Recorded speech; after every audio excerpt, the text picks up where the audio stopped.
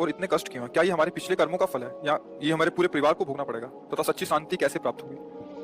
हमारे कर्म से ही ये सब परिणाम आता है। अब खेती तो बहुत अच्छी उपजाऊ है, लेकिन आपने मेहनत नहीं की, बीज नहीं बोया, खाद नहीं लगाई, रक्षा नहीं की, तो भीख ही मांगनी पड़ेगी। फिर आपको है तो खेती। जो कर्म भूमि है, यहाँ जैसे भी शुभ अशुभ कर्म करोगे, आपको वैसे ही फल भोगने पड़ेगा। ये पीछे की खेती है जो अभी भोग रहे हो। आप संभाल लो, आप संभाल लो, तो वर्तमान भी आनंद में होगा और भविष्य भी आनंद में होगा। हम कोई पशु नहीं कि केवल पीछे का ही भोगते रहे और उसी के अधीन रहे। नाम जप करो भगवान का और दूसरों को सुख पहुंचाने की भावना करो, अभी दरिद्रता नष्ट हो जाएगी। पक्का समझ लो।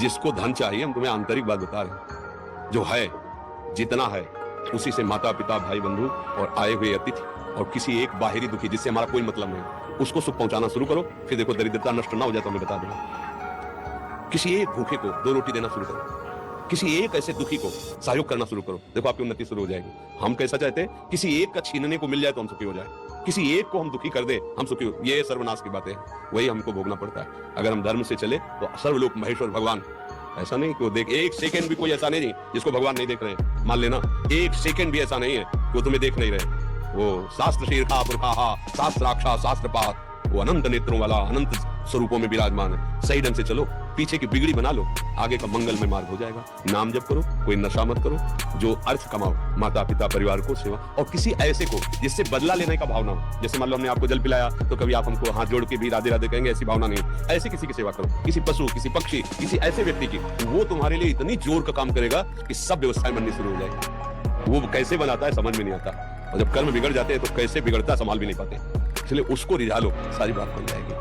भाई वो वृद्ध कोई ऐसा भूखा प्यासा बीमार पड़ा, इन बातों पे लोग ध्यान नहीं देते। कोई पशु ही है, सेवा का अवसर मिला है, तन मन धन से कर दो, से उसका परिणाम जो आएगा। एक बार हम वाराणसी में घाटों में रहते थे, तो वर्षा होने लगी, तो भाग के हम ऐसे छतरियां होती उनपे बैठ, तो देखा एक आदमी ऐसे पड़ा था और वहीं से जल प्रवाह ऐसे जाना था। वर्षा शुरू हुई, तो उनका ये मुर्दा है या जिंदा? तो उनका बाबा ये जिंदा है।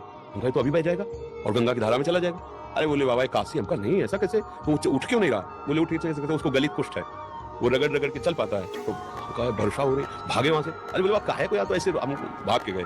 मवाद ऐसे सब घाट उठा। उस समय नवयुवक अवस्था थी, शरीर में ब्रह्मचर्य का पहाड़ा से त्यागा, और सीढ़ी चढ़ते हुए ऊपर ले गए। तो ऊपर एक बारिंडा टाइप में, तो वहां के जो लोग थे मना, इसको क्यों अंदर लाए? ऐसे उनका 1 मिनट में तुम्हारी भी स्थिति ऐसी हो सकती है। ऐसा नहीं कहना चाहिए, आप बिल्कुल सावधान। इसको हटाइएगा।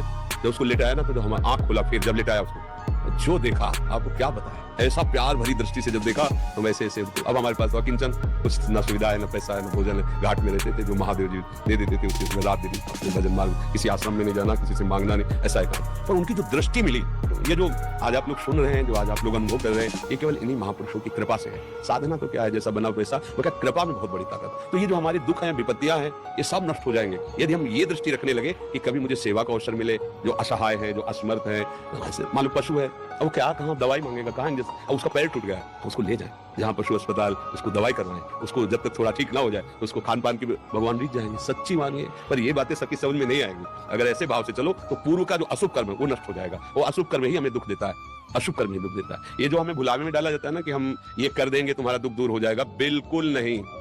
ये हम मतलब बिल्कुल अनुभव की बात कहते हैं। इस भुलावे में कभी ना फंसो, बिल्कुल इन बातों। अपने कर्म को शुद्ध भाव से करो, किसी से आशीर्वाद मांगने की जरूरत नहीं है। भगवान सबके है, जैसे हमारे हैं ना वैसे तुम्हारे हैं। तुम्हारी दृष्टि में भगवान के प्रति पक्षपात लग सकता है कि भगवान इनको ज्यादा चाहते हैं, हमको नहीं। लेकिन उस माँ से पूछो जिसके 4 लड़के, 2 कमाते हैं, 2 ऐसे ही हैं, उस जब भोजन परोसेगी तो चारों को बराबर पर। ऐसे ही भगवान कहते हैं सब मम प्रिय सब मम उपजाए, तुम सब मेरे बच्चे हो। पर भगवान से विमुख होकर गलत आचरण करोगे तो वही माया पीट रही। कभी दरिद्रता, कभी विपत्ति, कभी दुख, कभी पश्चाताप, कभी शोक, जन्म मरण।